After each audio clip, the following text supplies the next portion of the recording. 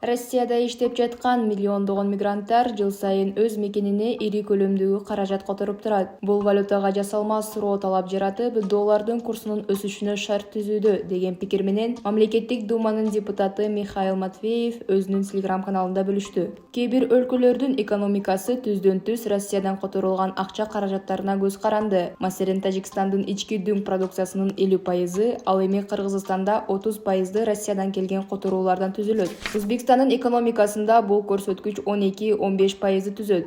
Ошондой эле Грузияга 2 миллиард доллардан ашык, Арменияга 3 миллиард доллардан көп каражат жөнөтүлгөн. Ушундай эле тенденция Казакстан жана башка өлкөлөрдө да байкалууда, деп билдирди. Матвеевдин айтымында, мигранттардын Россиядан акча которуулары долларга суроо талапты күчөтөт.